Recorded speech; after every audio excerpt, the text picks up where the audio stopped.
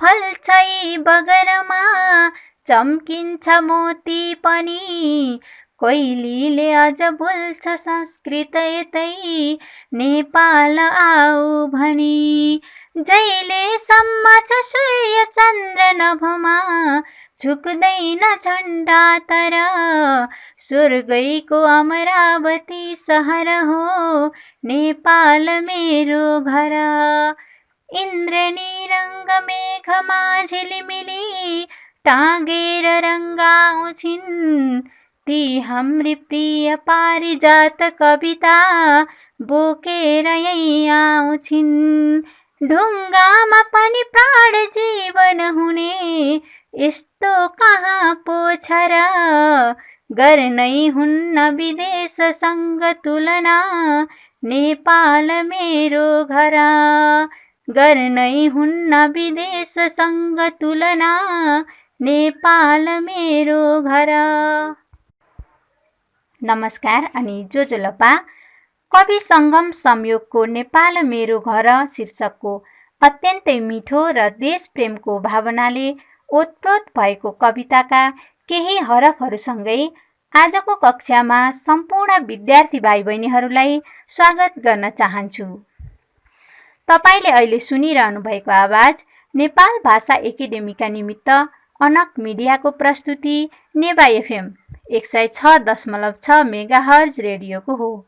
म कीर्तिपुर नगरपालिका 4 स्थित नेपाल एपीएफ स्कुलकी नेपाली विषय शिक्षिका शान्ता अधिकारी बोलिरहेकी छु। सधैँको आइतबार जस्तै आज पनि म यस रेडियो कार्यक्रममा कीर्तिपुर नगरपालिकाद्वारा सञ्चालन गरिएको रेडियो शिक्षा कार्यक्रम अन्तर्गत कक्षा 8 को नेपाली विषयको रेडियो शिक्षा कार्यक्रम लिएर तपाईहरूमाझ उपस्थित भइसकेकी छु।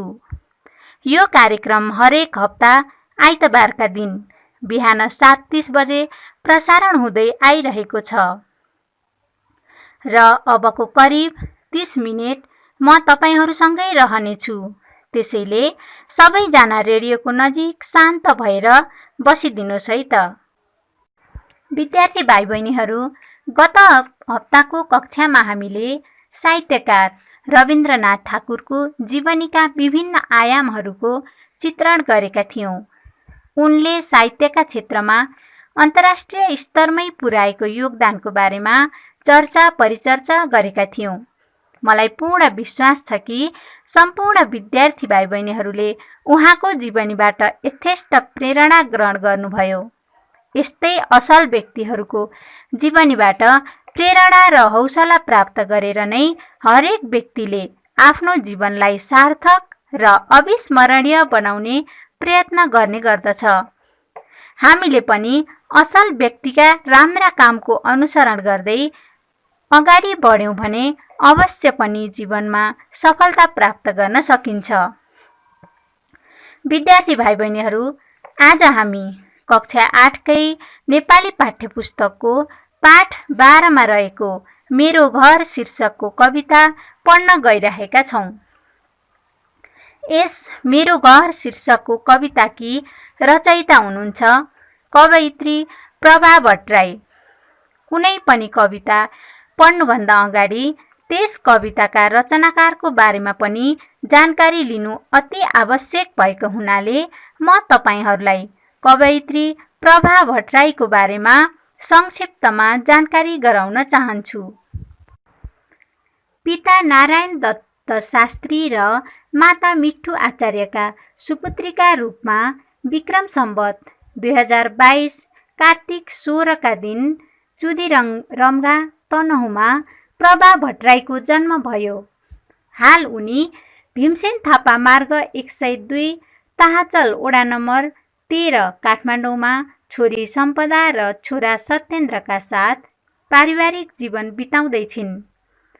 विक्रम सम्वत 2046 सालमा त्रिभुवन विश्वविद्यालयबाट स्नातकोत्तर पूरा गरी हाल पद्मकन्या क्याम्पसमा उपप्राध्यापक भई प्राध्यापन गरिरहेकी प्रभा भट्टराईले भारत तथा चीनका सीमावर्ती ठाउँ र नेपालका अधिकांश जिल्लाहरूमा भ्रमण गरेकी छिन्। शिक्षित एवं उच्च कुलीन परिवारमा जन्मेकी प्रभा भट्टराईलाई आफ्नो व्यक्तित्व निर्माणका लागि त्यति सङ्घर्ष गर्नु नपरेको बुझिन्छ।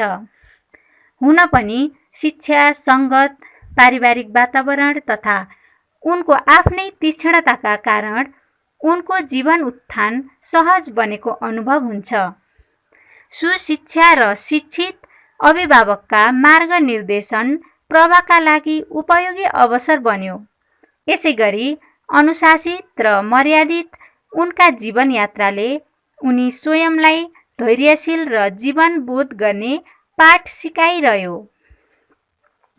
यसले गर्दा उनलाई आफ्ना कर्म र कर्तव्यबारे सधैँ सचेत र क्रियाशील रहँदै सामाजिक, शैक्षिक एवं साहित्यिक सेवामा निरन्तरता दिन अनुकूल वातावरण बन्यो।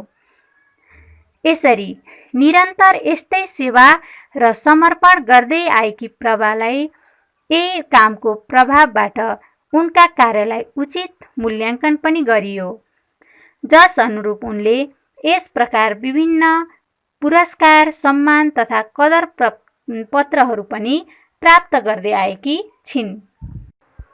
बाल्यकालका तोते बोलीसँगै कविताका स्वर र लय सुन्दै आएकी उनलाई कविता खेलौना तथा विनोदका रूपमा रहन थाल्यो।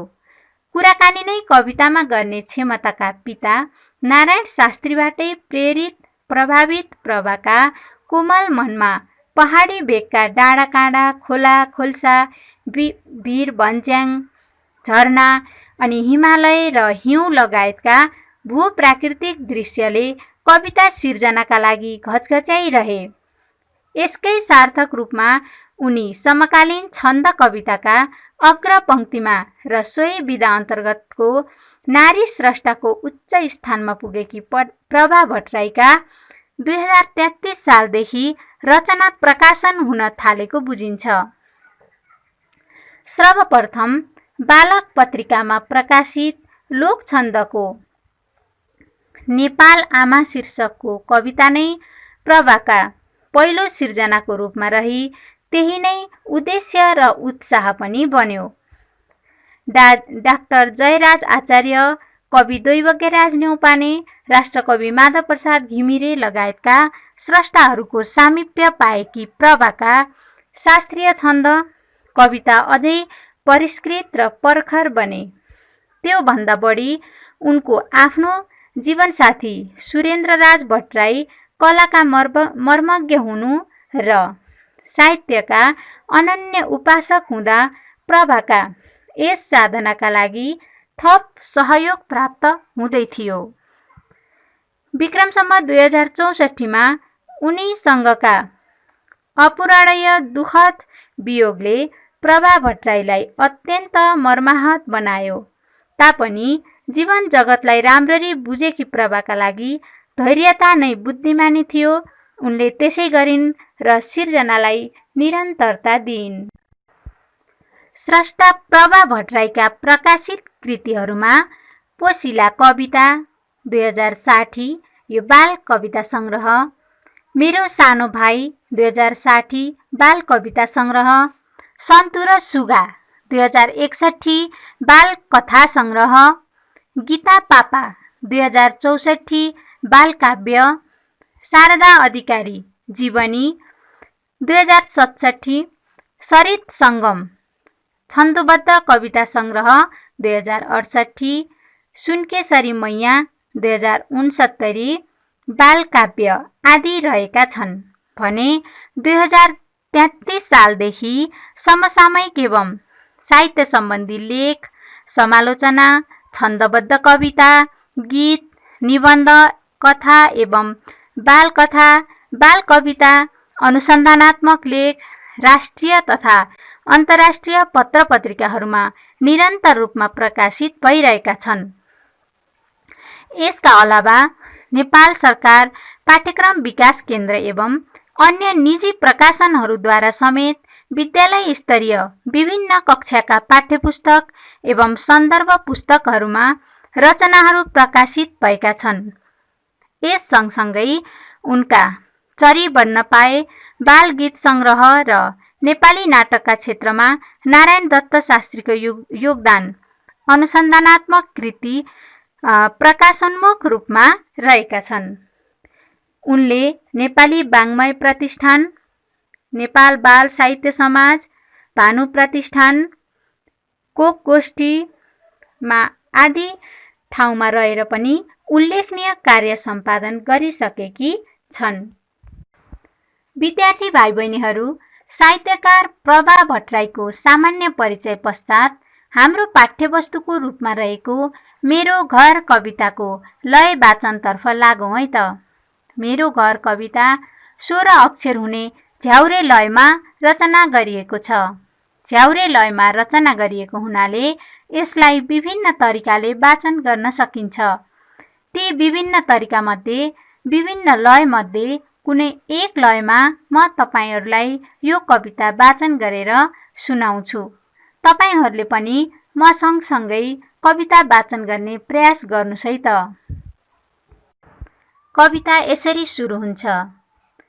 यो मेरो घर छानामा खर, ढुङ्गाको आँगन, मन छ ठुलो दिएरै पुग्छ पर्दैन मागन। घामले दिन्छ मायालु न्यानो, जुनले शीतल, मायाले भिजी रसिलो सधैँ मेरो यो भूतल। फरिया चोली लाएका चेली छन् मेरा सहेली, धान र गहुँ जत्तिकै खेल्छन् खेतमा बयली। मारुनी घाटु सोरठी सेलो सबाई दोहोरी, मान्दैन मन आनन्दसँग नखेली नहेरी। मन्दिर गुम्बा मस्जिद चर्च सबैमा छरिन्छु, पोल्टामा दिन्छन् सबैले माया यत्तिकै भरिन्छु। तिहार दशैँ छठ र ईद माघी र लोसार, साथी छन् धेरै रमाइलो गर्दै मनाउँछु चाड। सबैको माया लागेर होला फुलेको हिमाल, रसाई बग्छन् खोला र नाला रसिलो नेपाल।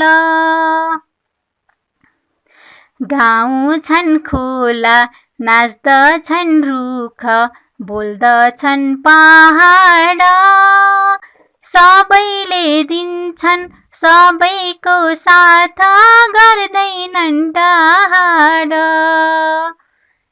हिउँद वर्षा बिहान साँझ खटिन्छु हाँसेर, माटाको गर्छु अर्चना मिठो सम्बन्ध गाँसेर। म मिहिनेती म कर्मवीर धरतीको सन्तान, उमारी अन्न जहान पाल्छु भन्दछन् किसान। उमारी अन्न जहान पाल्छु भन्दछन् किसान। धन्यवाद भाइ बहिनीहरू, म सँगसँगै कविता वाचन गर्ने प्रयास गर्नुभएकोमा।